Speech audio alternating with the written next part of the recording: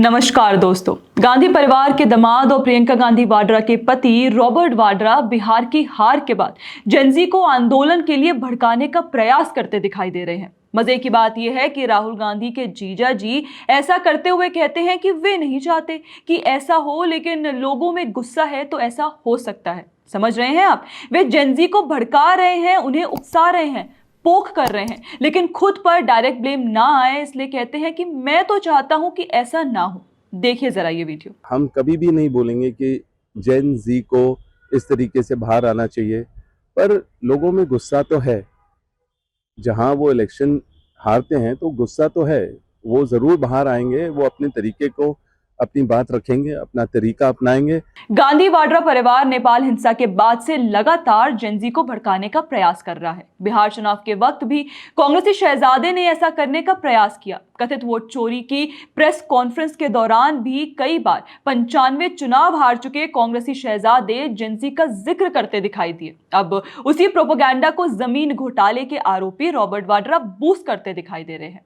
दोस्तों, देश के जेनजी बार बार राहुल गांधी और उनकी पार्टी को रिजेक्ट कर रहे हैं। हाल ही में हमने देखा कि बिहार में भी राहुल को मुंह की खानी पड़ी और बिहार में सबसे ज्यादा जेनजी हैं। इसके बाद भी कांग्रेस देश में हिंसा भड़काने के प्रयासों में लगी दिखाई देती है। सवाल उठता है कि देश की विपक्षी पार्टी आखिर क्यों देश को नेपाल और बांग्लादेश के रास्ते पर ले जाना चाहती है। वाड्रा इतना सारा ज्ञान दे रहे हैं तो एक सिंपल सवाल है कि भाई आप हो कौन? मतलब हम जानते हैं कि आप प्रियंका गांधी वाड्रा के पति हैं, राहुल गांधी के जीजा हैं, सोनिया गांधी के दामाद हैं, जमीन घोटाले के आरोपी हैं।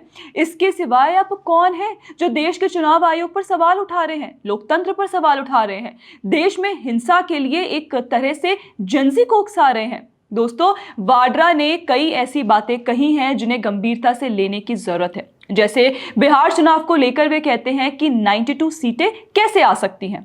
92 तक उनके सीट आए हैं, तो ऐसे कभी देखने को मिला नहीं है। वाड्रा जी बिल्कुल वैसे ही आ सकती हैं जैसे दशकों तक कांग्रेस की आती रही हैं। वे कहते हैं कि चुनाव आयोग बीजेपी की बी टीम है। बस प्रोपेगेंडा के आगे ये तथ्य कहीं दबा लेते हैं कि कांग्रेस और इकोसिस्टम के लोग इसको लेकर दर्जनों बार सुप्रीम कोर्ट जा चुके हैं। वे शायद ये भी भूल जाते हैं कि ये कांग्रेस का शासन नहीं है और ना ही चावला चुनाव आयुक्त हैं जिन्होंने कांग्रेस की बी टीम बनकर काम किया था। वाड्रा ये भी कहते हैं कि बैलेट पेपर से चुनाव होना चाहिए। कि बैलेट पेपर को अगर इस्तेमाल करेंगे तो आप देखेंगे, बिल्कुल अगर यही इलेक्शन दोबारा किया जाए तो आप देखेंगे कि बैलेट पेपर के द्वारा तो आप देखेंगे कि रिजल्ट बिल्कुल उल्टा आएगा, पलटेगा। हाँ, जिससे कि पहले की तरह कांग्रेस गुंडागर्दी, हिंसा, बूथ लूट से लोकतंत्र को कलंकित करे। वाड्रा कहते हैं कि एंटी इनकम्बेंसी भी होती है, बस वे भूल जाते हैं कि सरकारें अच्छा काम करती हैं तो प्रो इनकम्बेंसी भी होती है और एनडीए शासित कई राज्यों में हमें प्रो इनकम्बेंसी दिखाई दे रही है। तभी जनता लगातार बार बार एनडीए सरकारों को चुन रही है। वे आगे कहते हैं कि राहुल को हार जीत से कोई लेना देना नहीं है। राहुल, प्रियंका, उन्होंने अपने पुरखों से सीखा है और उन्होंने बहुत हार जीत देखा है और उनको हार जीत से मतलब नहीं है। उनको देश की प्रगति से, देश को एक सेक्युलर कंट्री रखने के लिए, उन्हें देश को सेक्युलर रखना है। ये बात तो है, राहुल को सेक्युलर ही रखना है देश को। इसलिए यूपीए के 10 साल में ऐसा सेक्युलरिज्म चलाया कि जामिया से एससी एसटी आरक्षण खत्म हो गया। कई राज्यों में ओबीसी में मुस्लिमों को घुसाकर उन्हें आरक्षण दिया गया। अल्पसंख्यक शैक्षणिक संस्थानों को आरटीई एक्ट से बाहर कर दिया। तो भाई ये सेक्युलरिज्म था या फिर तुष्टीकरण? इसी के साथ वाड्रा ने लालू परिवार को ज्ञान देते हुए कहा कि इलेक्शन जीतना हारना चलता रहता है, परिवार को एकजुट रखना चाहिए और पावर को एक तरफ रखना, राजनीति को एक तरफ रखना, वो बहुत जरूरी है। मुझे परेशान किया पर मैं देश छोड़कर नहीं गया। किसने परेशान किया भाई आपको?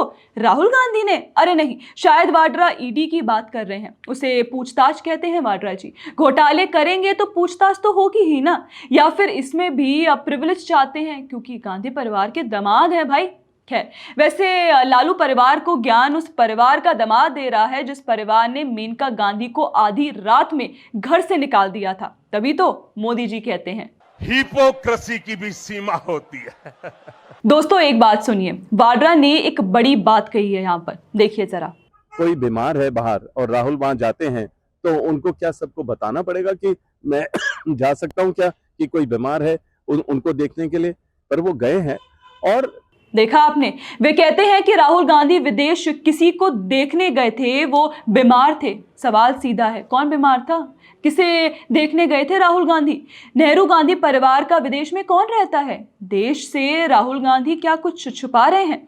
आगे वाड्रा कहते हैं कि जब तक इलेक्शन कमीशन को कंट्रोल नहीं किया जाएगा, ऐसे ही चुनाव दिखेंगे, लोग आंदोलन करेंगे। इलेक्शन कमीशन को कंट्रोल नहीं किया जाएगा और वो ठीक ढंग से काम नहीं करेंगे, तो कोई सपोर्ट करे या नहीं करे, आपको यही इसी तरीके का इलेक्शन दिखेगा।